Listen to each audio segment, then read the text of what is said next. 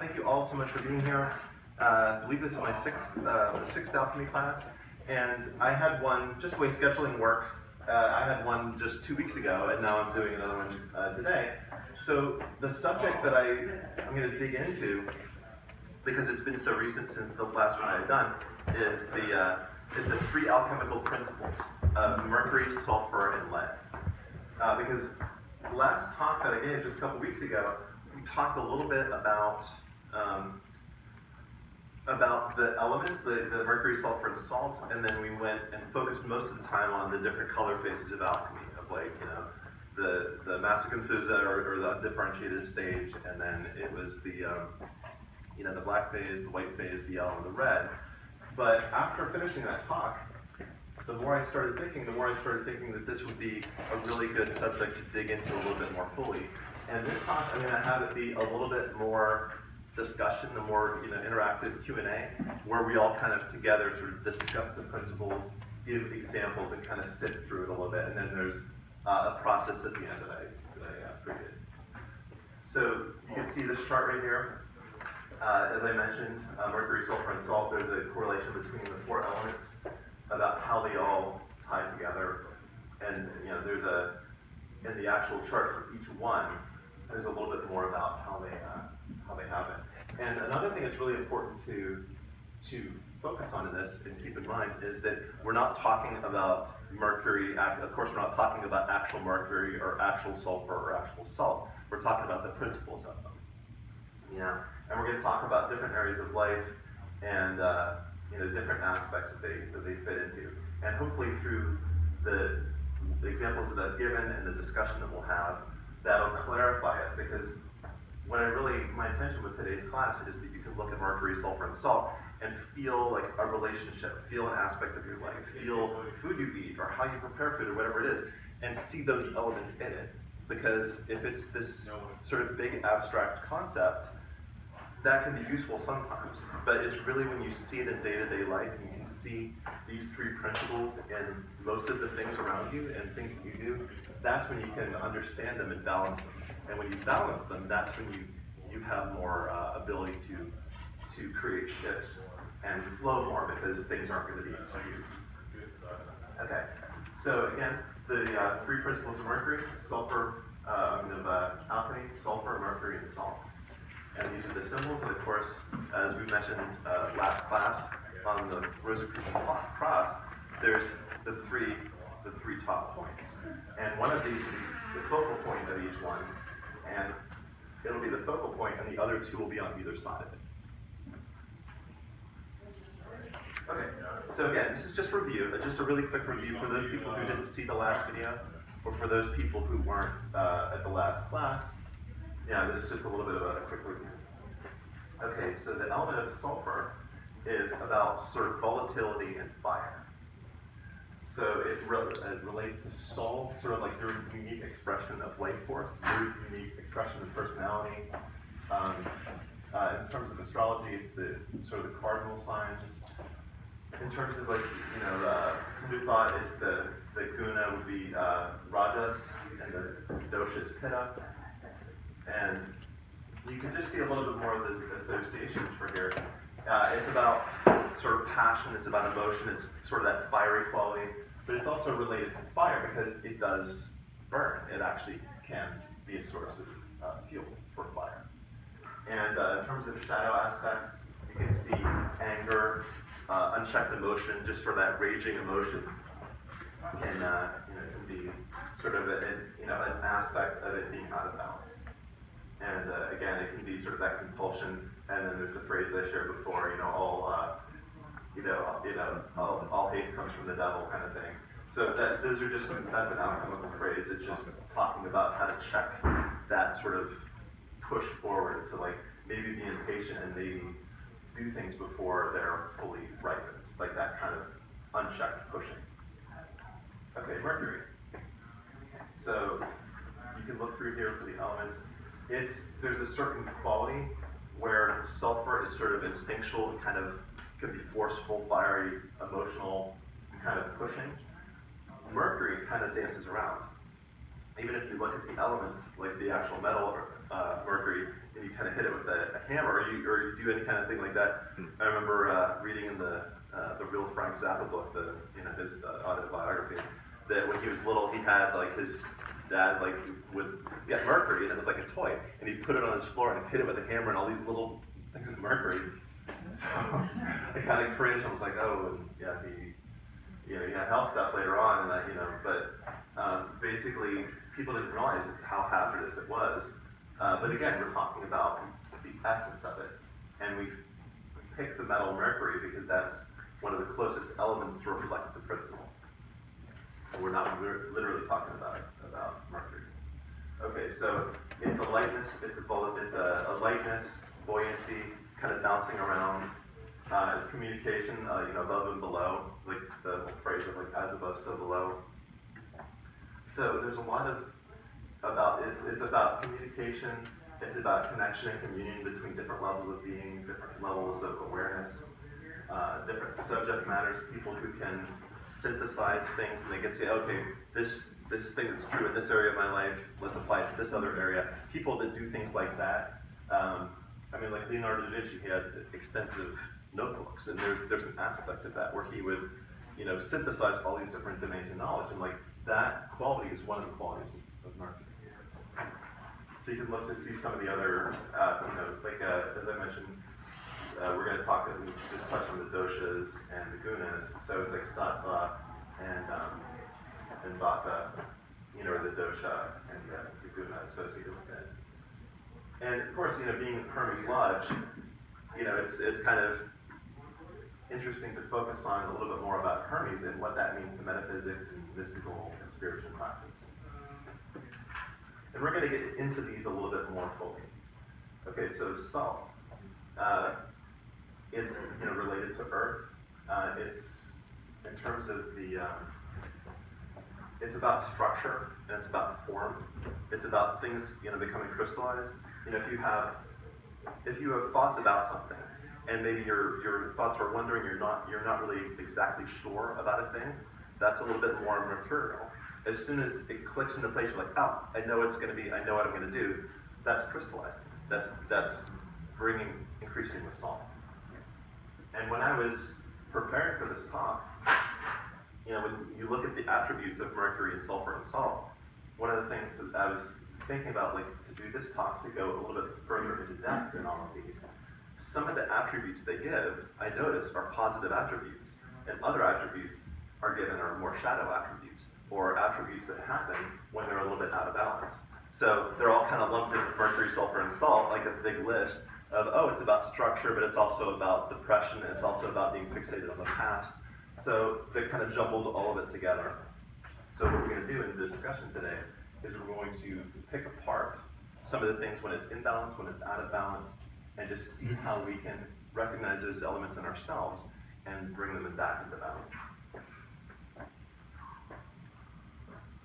Okay, and as I mentioned last class, one of the primary examples of, say for example, therapy and a lot of other ways of when you have a challenge and then you reflect on it and examine it is really sulfur and mercury.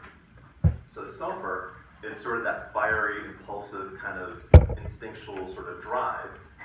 And a lot of people in this world they're plugged into that and they just barrel ahead and they do what they can to just get their way, and that's really excessive sulfur. But the thing about mercury is mercury can reflect. So whenever you talk to a friend, you talk to a specialist, you talk to a therapist, whatever it is, if you can talk to them and they can reflect back to you what's going on, that can inform a lot of those impulses, and you can find another way to express it or resolve the issue that's at the seed of those impulses. And one thing that I just wanted to talk about really quickly, and when I prepare these talks, I do the best I can to do research and experiment and do these things, but there's one thing that I found that I think is really cool, but I want to share it, and also share that I have no idea what it means, but I just thought it'd be cool to share. So one thing that's interesting is for those who were at the talk on the Emerald Tablet, I think it was my second talk on the Emerald Tablet where I talked about the phases of transformation. And for the longest time, the fourth phase of it is about creation of the lesser stone. And in Aesop, the element is gold. And the element on the 7th phase, of coagulation is silver. And to me, that never made sense about, why is it that they're saying, most people think, the goal of alchemy is to make lead into gold, and you start with lead, but by stage 4 you have gold, and stage 7 you have silver. Well, I did a little bit more research on silver, and what I found is that silver is the most reflective when polished, and it's the most conductive of electricity. So I thought light and energy are aspects of consciousness. So I thought maybe what they're saying with Azoth is by the 7th phase, we're sort of trying to create life. We're not trying to create gold so much as trying to create life, because silver is the most conductive and most reflective, and all these other qualities that are most like life. And gold is really malleable and certain other things, and it's conductive, but not as much as silver. And in the 4-phase model we talked about with the 4 color phases, the last phase is the red phase, which is related to blood. So it's all about creating something, starting with something inert and bringing it into life. So the 4th phase, the last phase, is blood, it's bringing it into life. The 7th phase with Azoth is bringing it into life in a sense, because silver is more lifelike than gold, because of the conductive of electricity and reflective. So one thing I wanted to share, just kind of want to preface that with that. One thing I wanted to share today, there's something, when I was looking at silver and found that pattern, when I was doing the emerald tablet stuff here, is that I was thinking about it, what is it about sulfur, mercury, and salt related to light and related to consciousness? And the thing that's really interesting is, and this, again, I have no idea what this means, but I figured I'd just share it, and maybe we can open up to a little bit of discussion to see if anyone has any thoughts. But a couple days ago, I realized, related to light, they all have a function. So sulfur can burn, so it can generate light, but you can't burn mercury or salt. So this can generate light.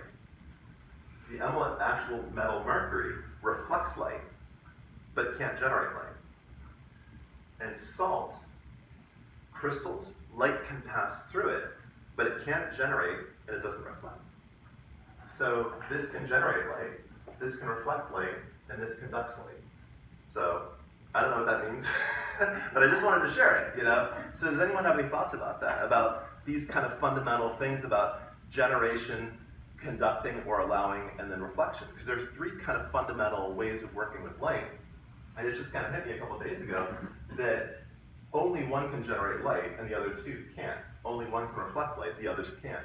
One can allow light to pass through and the others can't. What's that? Oh yeah, sure. So does anyone have any thoughts about that? Because I don't really know. It's just a pattern I saw, and I thought I'd just bring it, like the Rosicrucian thing about being a walking question mark. Here's a big question mark I have above my head. I found this pattern. I don't know what it really means or how to use it, but it's kind of like just going to hover and be a question mark. So does anyone have any thoughts about that? I'll grab a quick water. Does anyone have any thoughts about, or any other aspects they are aware of sulfur, mercury, and salt, about how that would relate to that? So I guess from my understanding, or just from what I've seen, it's like the quote Nikola Tesla you always see. It's like if you understood the importance of 3, 6, and 9. Right. So 3 obviously is the first, and it's the most foundational and fundamental. Yeah. So I think what this is sort of ritual, generally ritualistic, right? You want to obtain a certain goal, so you set the goal and you set out to obtain said goal, which is like putting your blood or your life energy or your vital force into it. Right. So then you, that's maybe the silver aspect, and maybe you're just changing and continuously polishing yourself. And since gold maybe is not as conductive, maybe that's what gold represents, is the crystallization of such a goal. Right. Exactly. Like a crystal, or the attainment of such a thing. Like you have the gold now, which really isn't gold, obviously, but it's something that you're in search or in seeking of. Right, exactly. So maybe that's how the 3 relates kind of back to everything, and maybe this is just another way of saying another thing in some other language. Right, totally. No, that's awesome. Yeah, and thank you for sharing that. Another thing about it too, about silver, the phase 7 of coagulation and Azoth, and the red phase in alchemy of like bringing something into life is, say for example, if someone's an artist, if they're making music, there's a certain thing when they put things together in the right way and it just clicks, and that's like a living thing that can move people. That can be a song that reminds people would hear that and they think back to a relationship they had or whatever. That's life. That's blood. It's something that's living. Whereas if you have just a handful of like really kind of inert melodies and harmonies that don't really do anything, like they might be proficiently done, they don't really engage people, that's kind of not really life. And that's the other weird thing, it's all where you look for it at too, because you may be listening to a song that means nothing to me at all, and I just negate it. But you know, that's what has to happen with the beginning of the ritual. You have to pick something, and like the music, you turn to a radio station, you actively listen to it, and then the last step is that you're affected by it, which is the third, and then that cycle just continues, and you know what comes of it may come of it. Right, exactly. Yeah, that's awesome. Thank you. And the other thing too is that, say for example, with the 4 phases of alchemy, if you look at like, the white phase, it's like this kind of static comfort, but it's sort of like inert. So maybe that's a piece of art we've all experienced those where they're trying to get a message across, but aesthetically it maybe doesn't click. So it's sort of like the artwork is just to be a platform to say a certain thing. So they've got the message and they're putting enough movie or music or whatever it is behind it to say, okay, we're going to convey it, but it doesn't really move people like something that really comes together, like some of the really classic, amazing like songs that just grab people and have for decades. Like that's red, that's blood, like that really moves people. So anyway, yes. Yeah, okay. With this 3, you mentioned about taste. Yes. So, I don't know about it, sulfur. I don't know about it, mercury.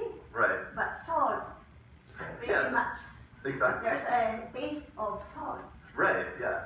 And I mean, literally, if you have eggs, like that's sulfur. One of the associations I've heard that like salt and sweet balancing stuff is sweetness is related to sulfur, and salt is salt. So there's different ways of looking at it that way. And I know that there's sort of like the 5 basic flavors, and it's about balance. Like the principle of balance is there, because if you, I know that there's certain curries and certain things like they have to have something to represent each of the flavors to make it a complete thing. And by adding just that masala to your meal, or in Chinese food a lot of times it's like the 5-spice powder. You add those, you automatically have all the flavors because you just throw that one ingredient in and it covers all the bases. Yeah. And one thing more, if you sweat. Yes. Salt is coming. We've all been doing that last couple of days. Yeah, right, totally. Yeah, it's funny. And we're going to be talking a little bit more about the different phases and the different elements. And we'll talk about if you have a little excess of one thing or a little deficient of another, and how it all works together. All right, cool. So I just wanted to put that out and just say, hey, anyone has any thoughts about that'd be cool to check it out. So yeah, thanks so much for sharing what you did. All right, so what I'd like to do today is, there's a lot, traditionally, in business and in the world, things have come from the top down of like, there's these officials or whatever, they have their ideas and then here's what you do. And then there's people's experiences that are having day-to-day experience, and then those experiences add up to mean something. So 2 ways to look at reality is top down. So top down, the focus is primarily on principles, and oh yeah, that is showing up in my life a little bit. And that is related to deductive reasoning.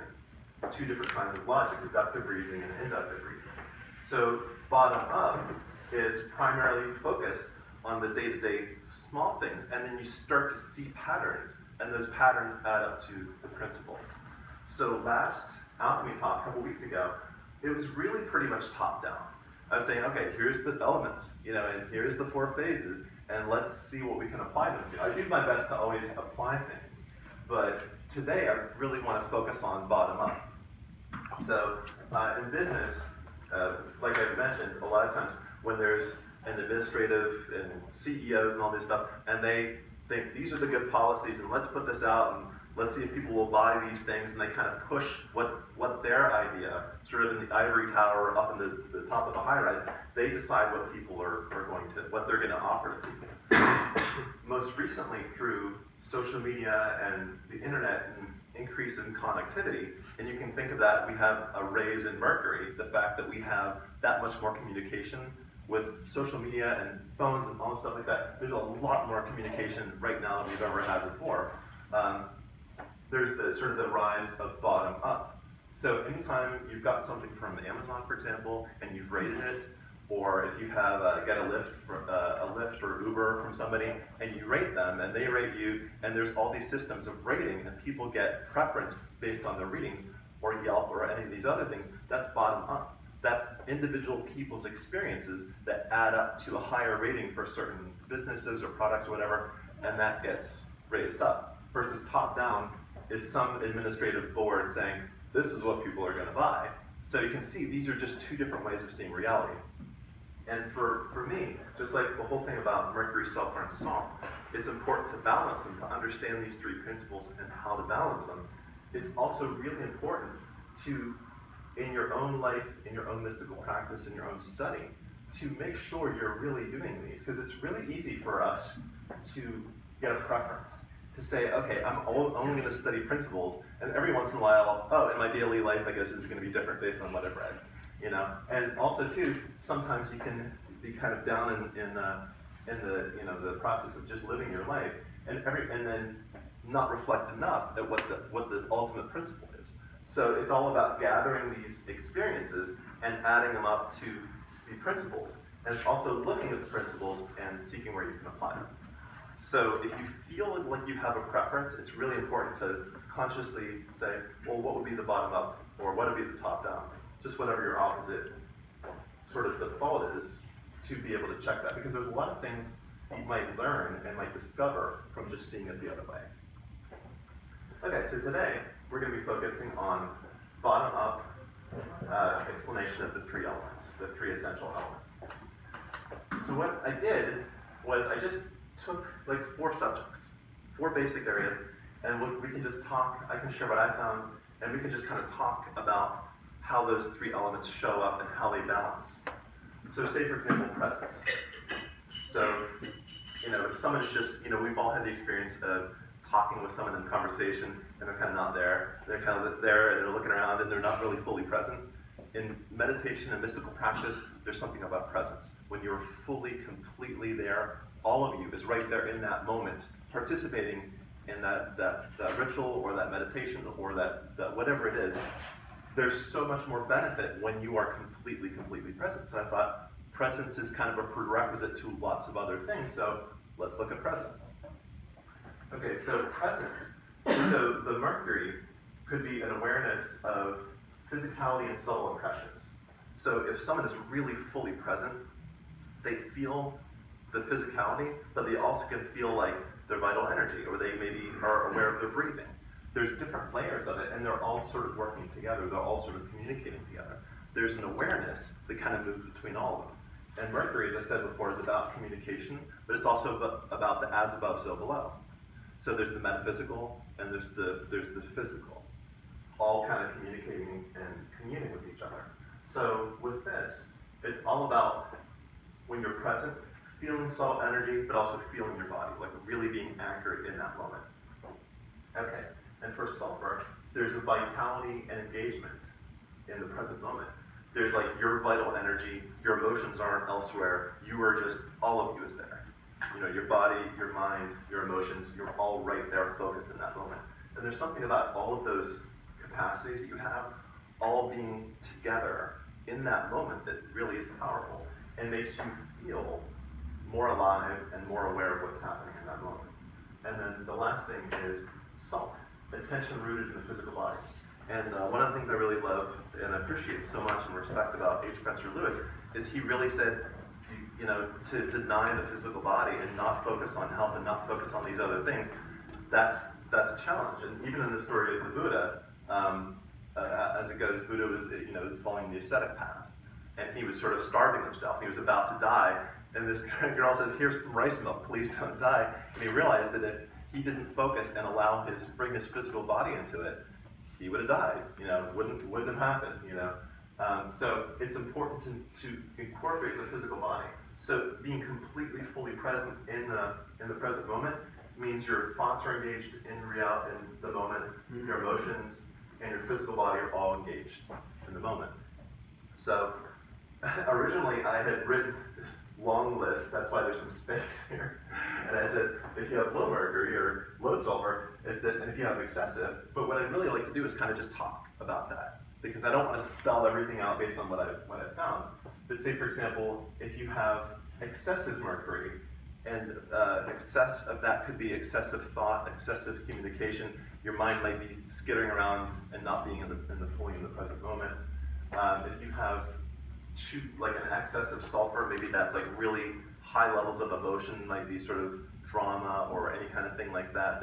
That's not going to allow you to just rest in the moment, because you're just going to run and hit someone, hit something. Who knows? Depends on the day. Depends on the heat outside. And salt, that can relate to memory and its crystallization, so it can be really fixed ideas, really fixed things. So your thought, if you're fixed in the past, is not allowing the full range in the present. So those are just some ideas.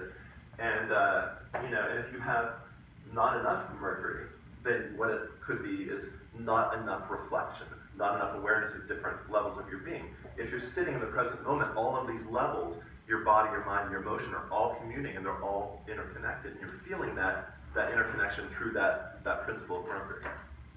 So, does anyone have anything else they'd like to add about getting the feeling of presence? Because what I'd like to do in today's talk is really, really discuss this and see how we can tweak these principles to allow us to have greater presence and allow us to have, for mystical practices, I bring that in, and for each of these things, I just touch on how these three as like triads can sort of come in and help us achieve these different states. So does anyone have anything they'd like to share about just presence and how they see mercury, sulfur, and salt combining and balancing to influences? Does anyone have any thoughts or anything they wanted to share about that? I guess it's kind of similar to meditation in a way. Like you're always going to be distracted, and I guess it's just a general thing too. Right. But like you're always going to be distracted. There's always going to be something going on. Like now I look at the pictures because I felt something coming from them, but you let the thoughts go. You you disassociate the attachment to the thoughts. Right. So that's how you really become fully present. So like we're here in the conversation now, we're discussing them, listening, and just interpreting it. Right. Totally. Like I'm not attaching myself to the thought, but as soon as you say something, I reflect and I crystallize it, and then that's how it becomes the spoken word that I'm saying, basically. Right. Oh, that's awesome. Yeah, thanks so much for sharing that. And that's so great what you shared about letting go of thoughts. So how that could play out in that scenario. If someone is sitting and meditating and they get distracted by thoughts, if everything is in balance, the mercury, they say, oh, they're aware of the thought and they let it go. If they get mad, sulfur. Sulfur. not pointing fingers, sulfur. But like the kid in the class that always like this kind of stuff. No, they're all valuable. But if you get emotionally reactive, like, oh, I always get distracted. I've been meditating for so long. Why am I not further along? Why don't I have it yet? Sulfur. If you get emotionally reactive, then that can be an excessive sulfur in that context. If you think about thoughts, you're like, oh, that thought is interesting. Wait, I never thought about that. Wait, can I think about this? Excess mercury. Your thoughts spinning themselves out, stacking on top of each other, making a distraction that was this big into. And now you're completely, like you were meditating over here, but now you're somewhere like looped off somewhere. Yeah. And your physicality, your structure of your body, like the salt.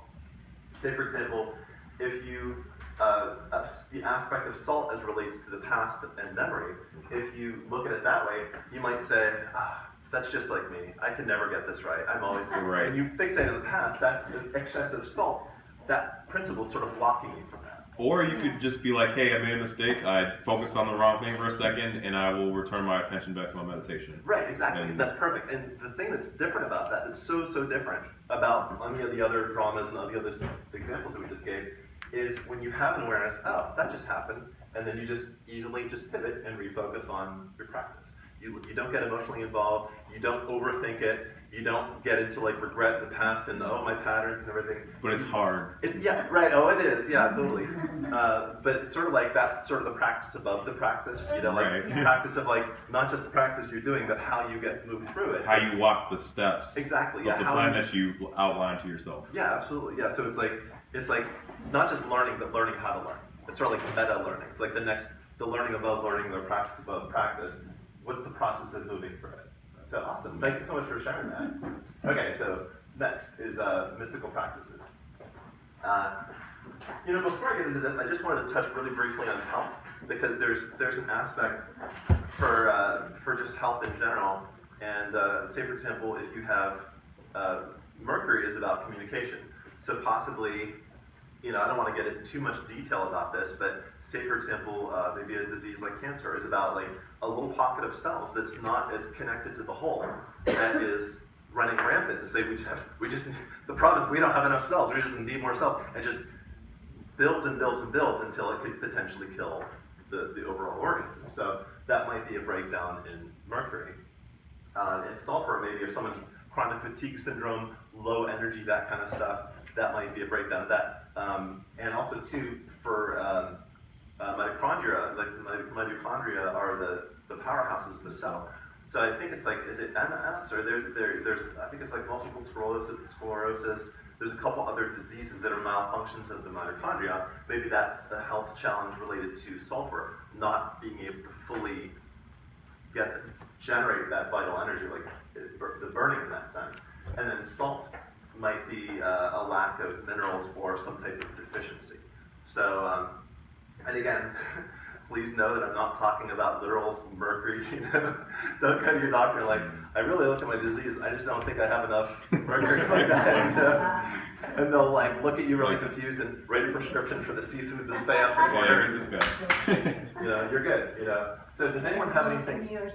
Oh, what's that? Diagnostic yourself. Yeah, totally. They'll say, we're going to write you a prescription for what's going on in your head because it's not right. So anyway, I just wanted to show like some of like the principles, like the essence of these things. So does anyone have any other examples they'd like to share about health? Yes. So bottom line for these elements, we always be aware that the tree will always be there. Yes, exactly. And there it is always about having a 3 there, but a lot of times we might have, sulfur and then mercury and then salt. It's about having them balanced, And one of the analogies that I've always heard from people that do like any kind of like personal coaching work is how are the different areas of your life, rate them on a scale of 1 to 10, and then if that was hubs on a wheel, would it roll? Like, okay, if you're a 2 out of 10, and then you're a 10 out of 10, and you're a 3 out of 10, and then, it's like this jagged thing, and it's all about balance. When there's more balance, there's more harmony and more flow. So it's about these principles, it's about seeing the principle and making sure, being friendly enough with them. Because there's a thing too about disowning things. Like if say, okay, maybe someone grew up with an angry parent, so they disown their own anger. So they don't allow themselves to have sufficient sulfur. They suppress that in themselves because they just judge it and they think that spiritual people are really high in mercury and these high thoughts, but they don't allow themselves to really ever feel or express anger or frustration or any of these other emotions. But it's all about harmony. And it's about not staying stuck in any of these things. It's about maintaining balance. All right, so let's move on to mystical practice. I know that's all near and dear to our hearts. And we got the Rosicrucian cross here, as I mentioned, with the symbols. And as you saw right over there. Okay, so just a little bit of what I found. So Mercury is the ability to receive subtle impressions and communications. So say, for example, if you're doing the celestial sanctum, or you're doing any of the other meditations where you set your body in, like your body, it's like salt, the vital energy and like your desire to have an experience could be sulfur. Mercury is awareness, and it's having subtle impressions, and you're having that communion. And if you receive insights and information as a result of your meditation, that flow from above and below is Mercury.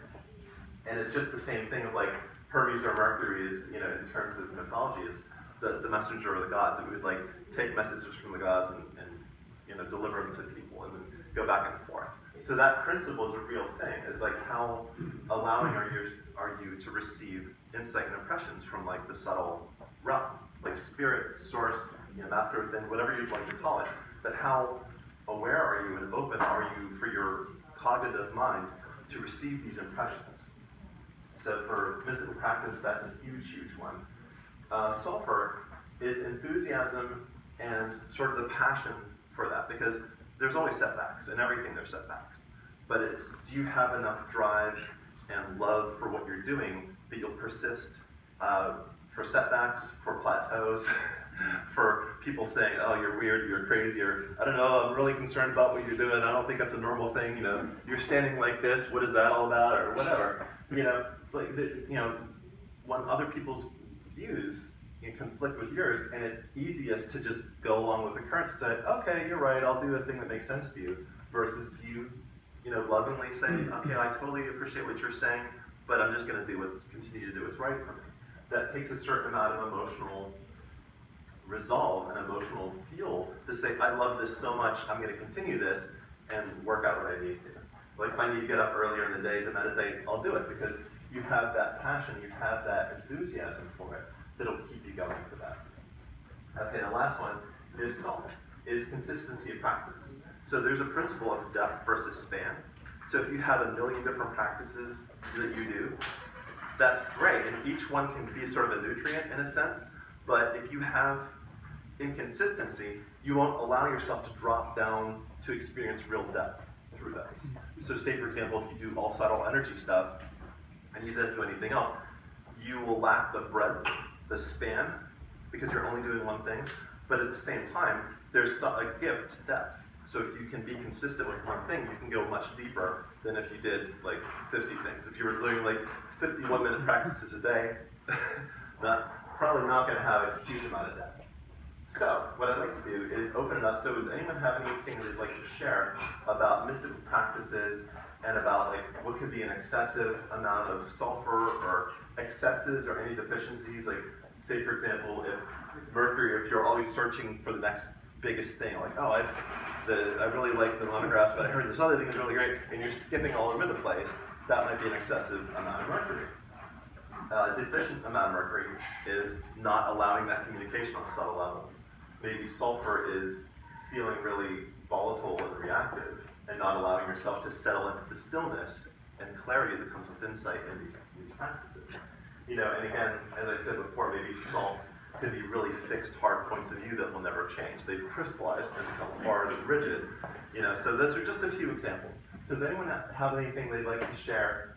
And I just realized I asked if anyone had anything to share, and then I talked for like another 3 minutes. But does anyone have anything they'd like to share about mystical practices, about sulfur, mercury, salt? Any of them in excess? Any of them in deficient?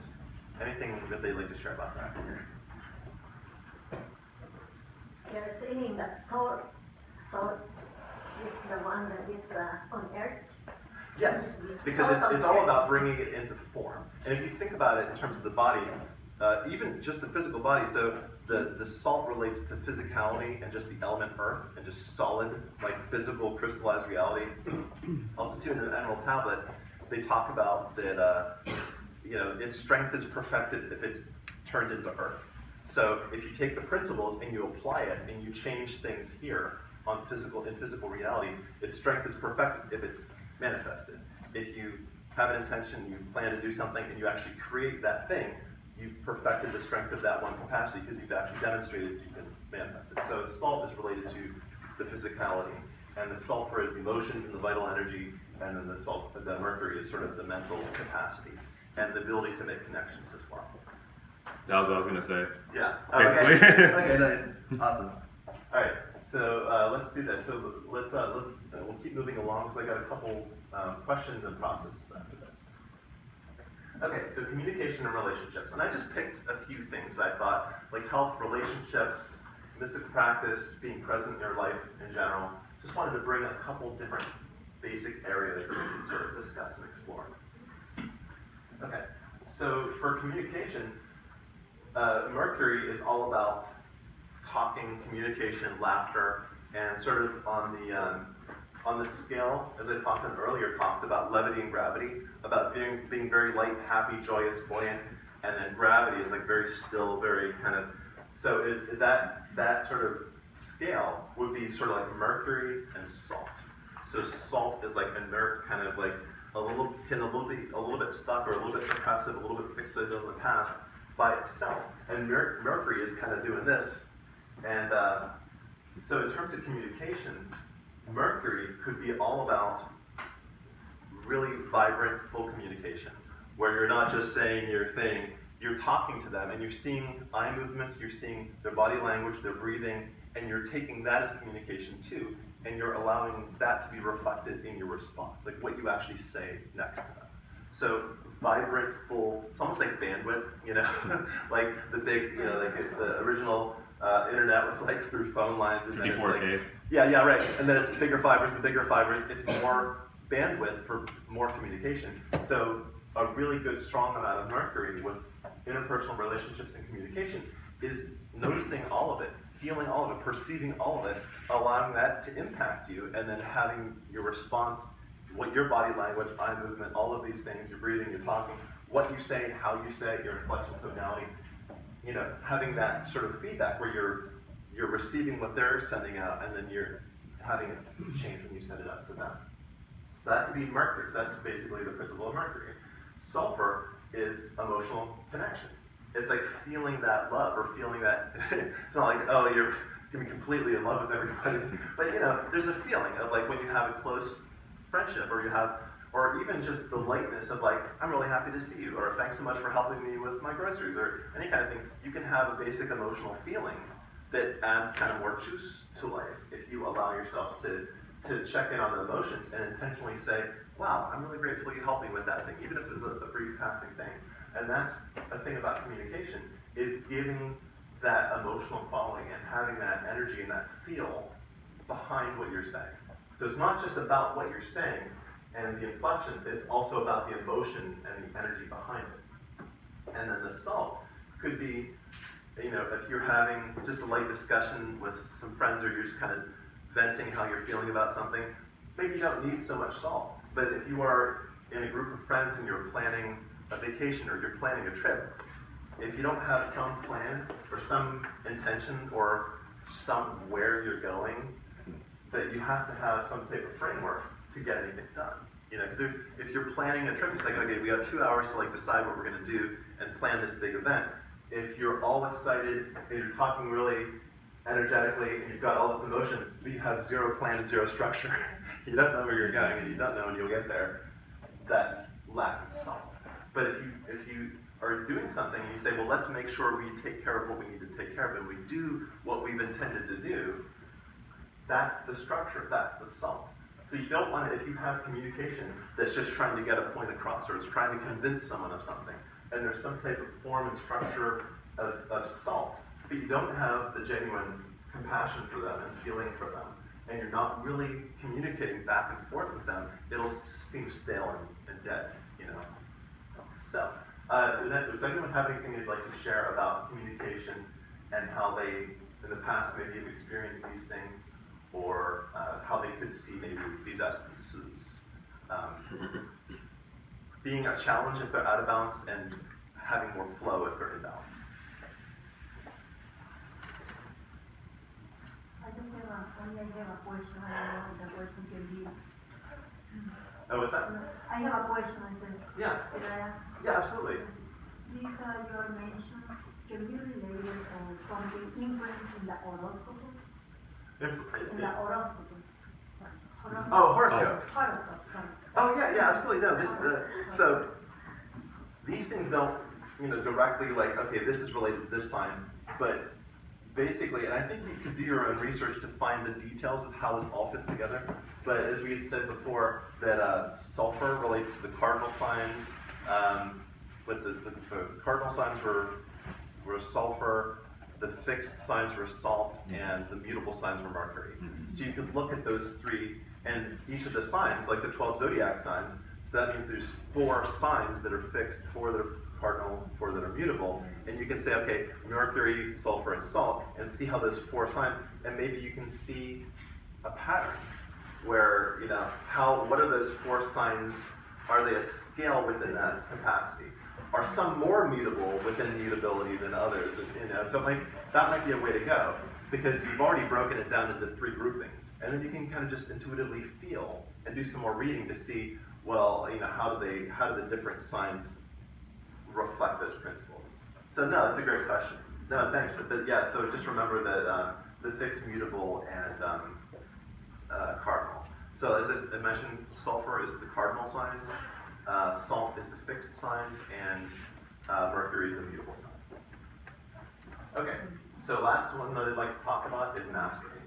Because we all have things that we're working on. We all have things that we'd like to master. And I mentioned before, the big thing is about depth and span. Sort of like you want the most depth at the most span, like kind of the dynamic balance of the two. Most people wouldn't be happy living their life doing 1 or 2 things. So you want to have enough span for variety. You also want to limit the span, kind of put the frame a certain size so you're not like having all span and no depth, because a lot of the rewards come from diving down deep into things. And this is one of my favorite examples of mastery. Glenn Gould, phenomenal, you know, Canadian pianist who, you know, passed away in the early 80s and is famous for the Goldberg Variations and many other things. That's a statue of him that they put up. Okay, so mastery.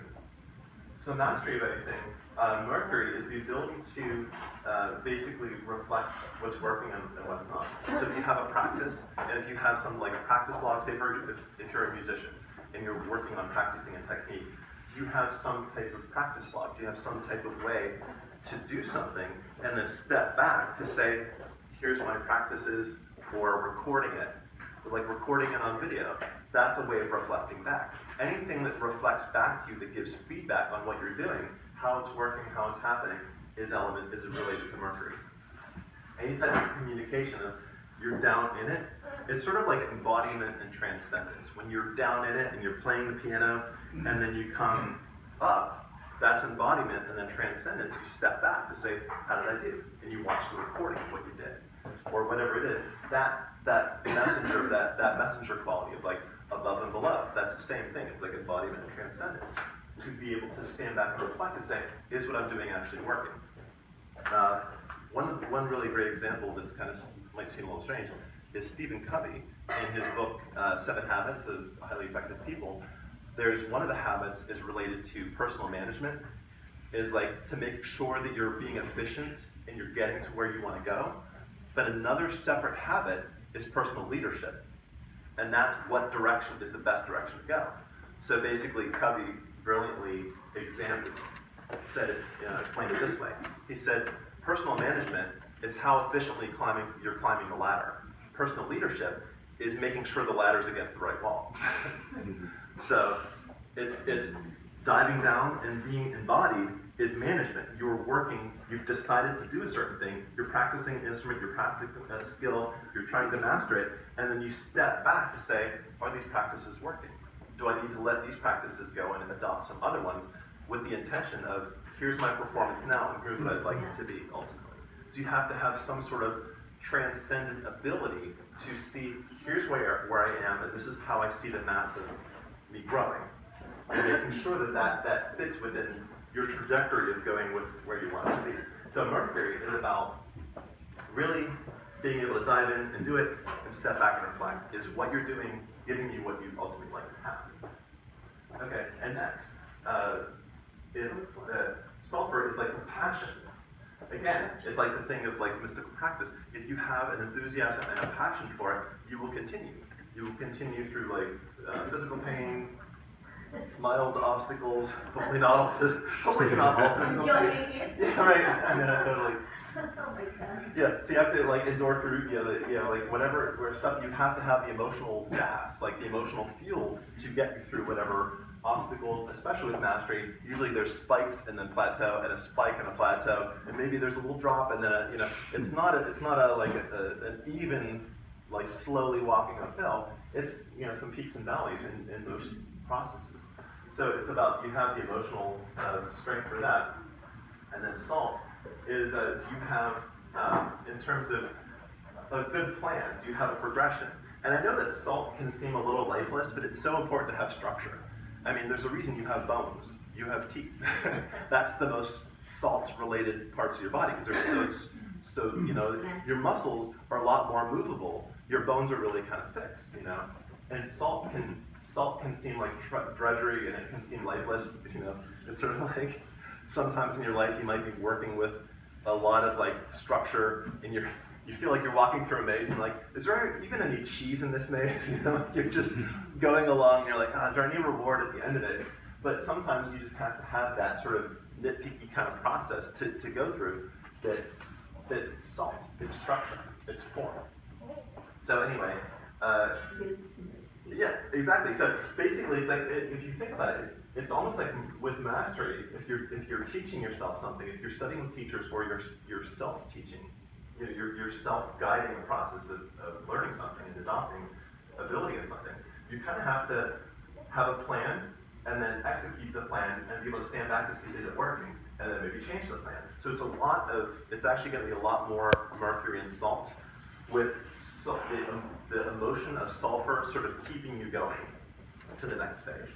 So does anyone have anything that they'd like to share about mastery in general as it relates to these three elements? Any experiences or any questions or anything like that? Anything in between? I guess I have a few things. Yeah, sure. Yeah, no, absolutely.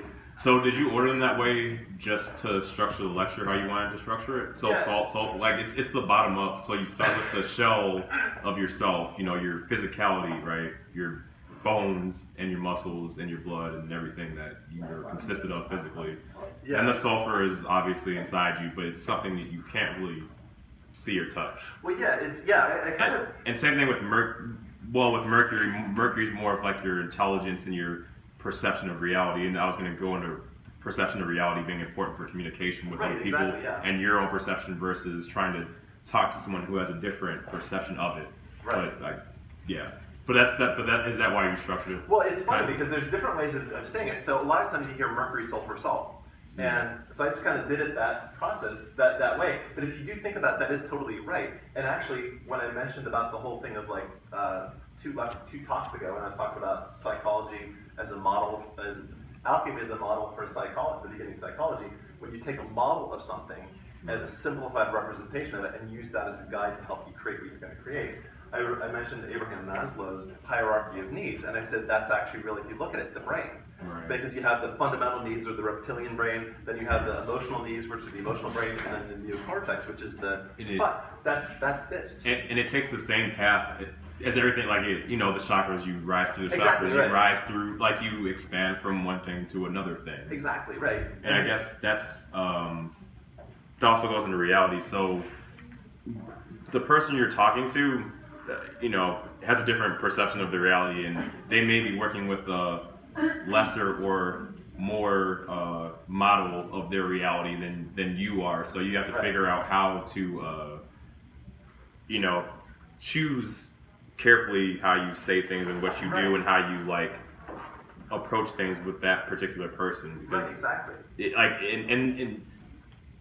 I mean, if you have more tools in your toolbox, you should be able to take that and distill it and apply it to help somebody else, right? Like if you have more of a, you know, more fundamental understanding of what reality actually is and how universal law actually works. Right, exactly. Yeah, no, totally. Thanks so much for sharing that. And the other thing too is that if you are talking with somebody, and thanks for the example of that too. If you're talking with someone and you have this model is a specific little piece that you can apply to things.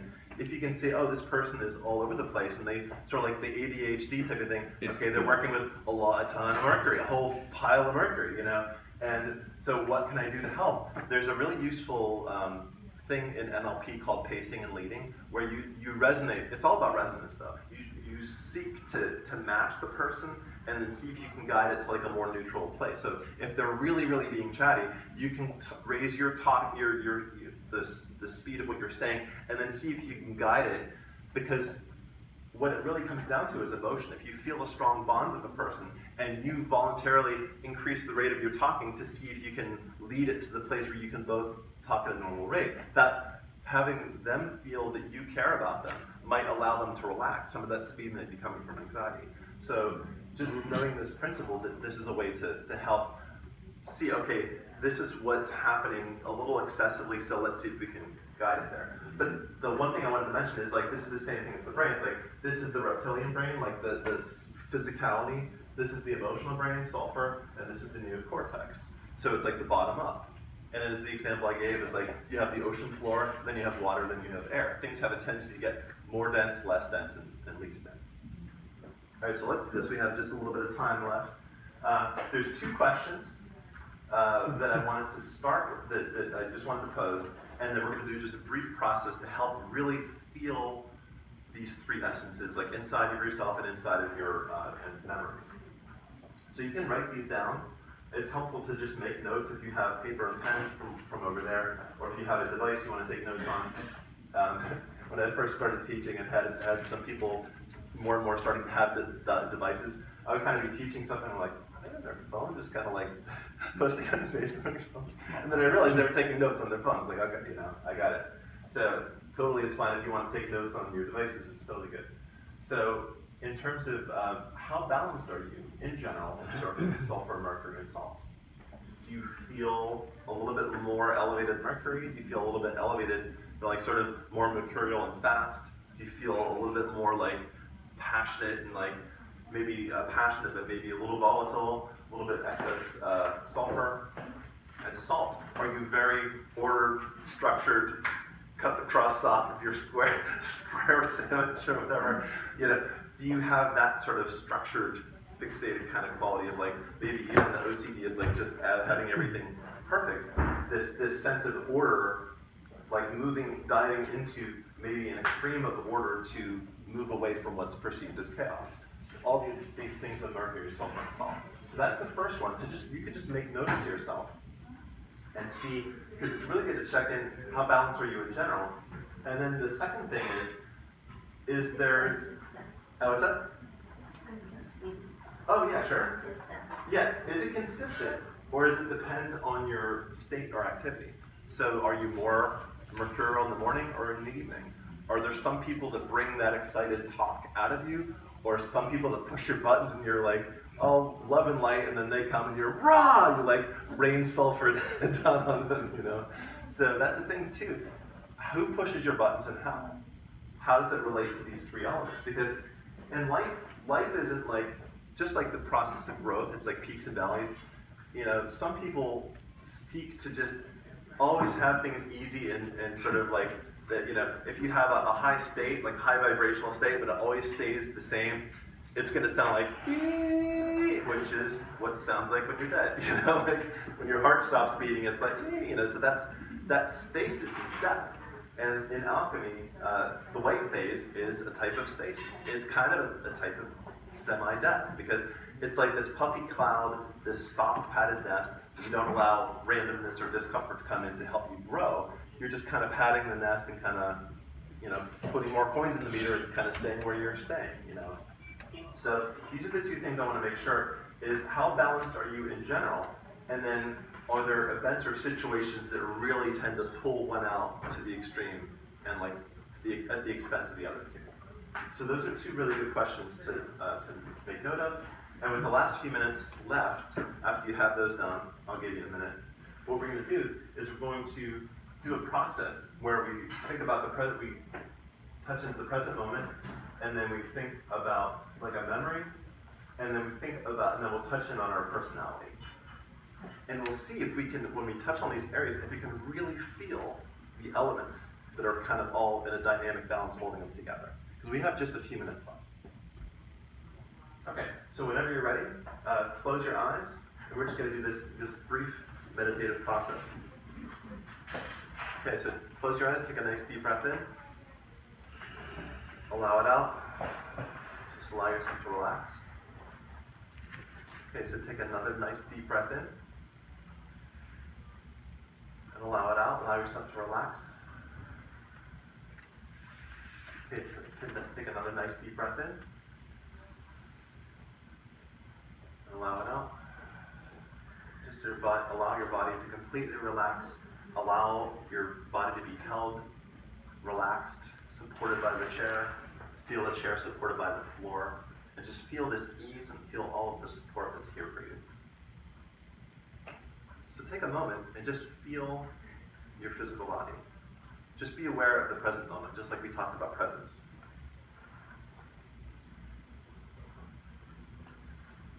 And what are you feeling? What impressions are you feeling from like your physical structure? Take a moment, feel your physical alignment or lack of alignment,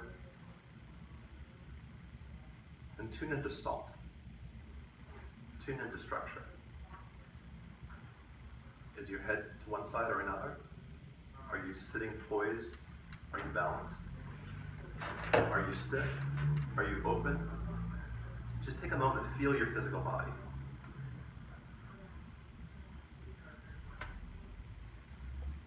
And now while you're feeling that, can you allow almost like another layer? You're not letting go of the feeling of physicality. You're just adding another layer. So can you feel any emotions that you're feeling now? What about vital energy, like a buzzing of vital energy? And tune into sulfur. Tune into that vitality and emotion within you.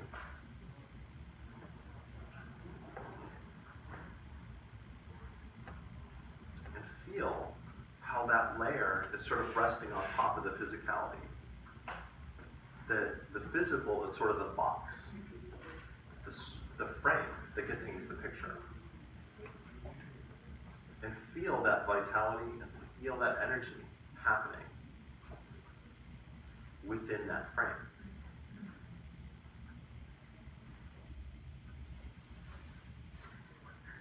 Okay, and now become aware of your thoughts. How connected are your thoughts to this moment? And as we talked about before, if you have an impression or something, oh, I gotta remember to do this, I don't want to forget this thing, do you start to chase that butterfly through the meadow and distract you from the moment? How are your thoughts working now? And that awareness, that sort of transcendent awareness that takes all of it in. How is that? Connect with Mercury and feel that flow of communication and that awareness.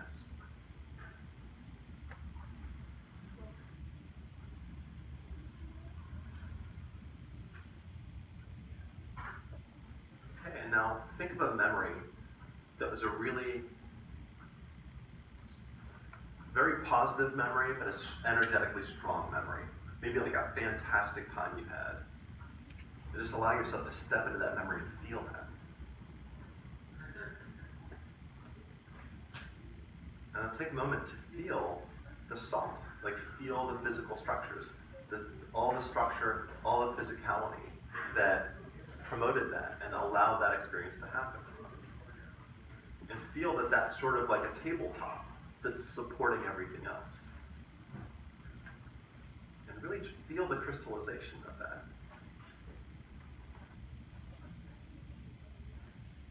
And feel how that supported you. That it's not a crystallization in a negative sense. That physicality and that solidness and that fixity was the platform that held up your experience. And now feel the strong positive emotion that happened in this memory, the strong positive memory. Feel the energy of that. And if you can, remember the energy and the emotion together. You felt happy, or you felt joyful, or you felt just mellow gratitude. So you felt that emotion, but how did that feel in your body? How does your body tell you that you're feeling that emotion? What's the sensation of that emotion in your body? And that's sulfur. That's feeling that energy, that vitality, that emotion.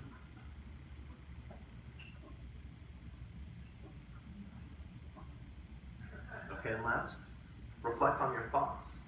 What were you thinking?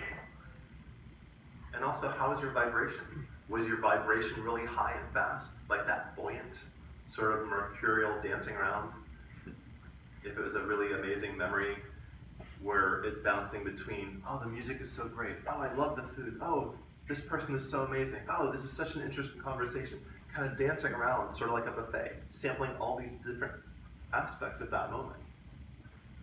And allow yourself to feel that sort of mercurial shift dancing around, taking all of this amazingness in of this memory, and really connect to Mercury. And as best you can, feel the physicality and the emotion and energy on top of that, and then above that, feel this sort of reflective quality, this self-conscious awareness. And as best you can, feel all of those at once, like an integrated, balanced whole.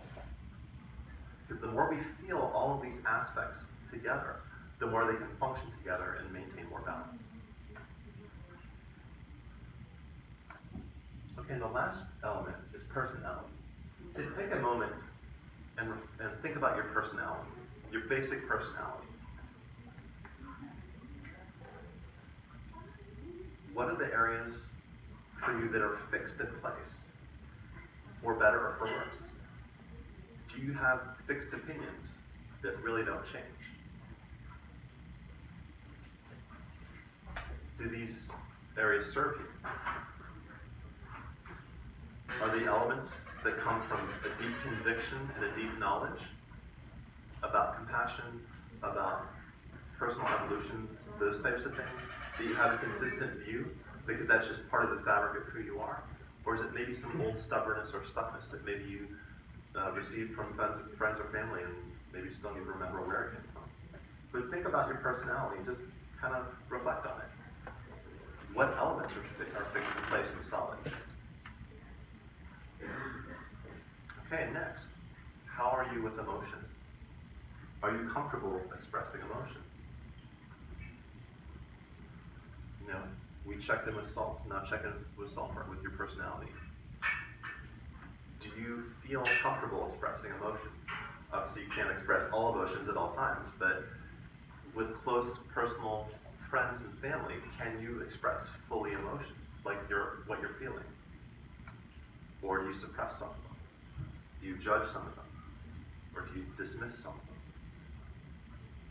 How fully and vibrant of an emotional life are you allowing yourself to lead? And do you allow this principle to flow, or do you tend to block it? And check in with that fiery vitality of sulfur.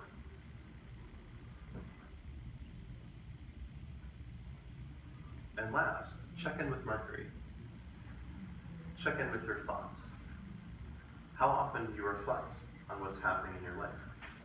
About how is your life going? Are you contributing to what you want to contribute to in the world? What is it you're in the process of creating? Are you regularly checking back to make sure your ladder is against the right wall? And check in with Mercury, that transcendent, self-aware, all-encompassing consciousness that takes it all in and can see the big picture and can help guide your day-to-day and help it match what your greatest intention is and make your big picture what you'd like to create it to be. So take just the last minute and reflect on any other aspects of Mercury.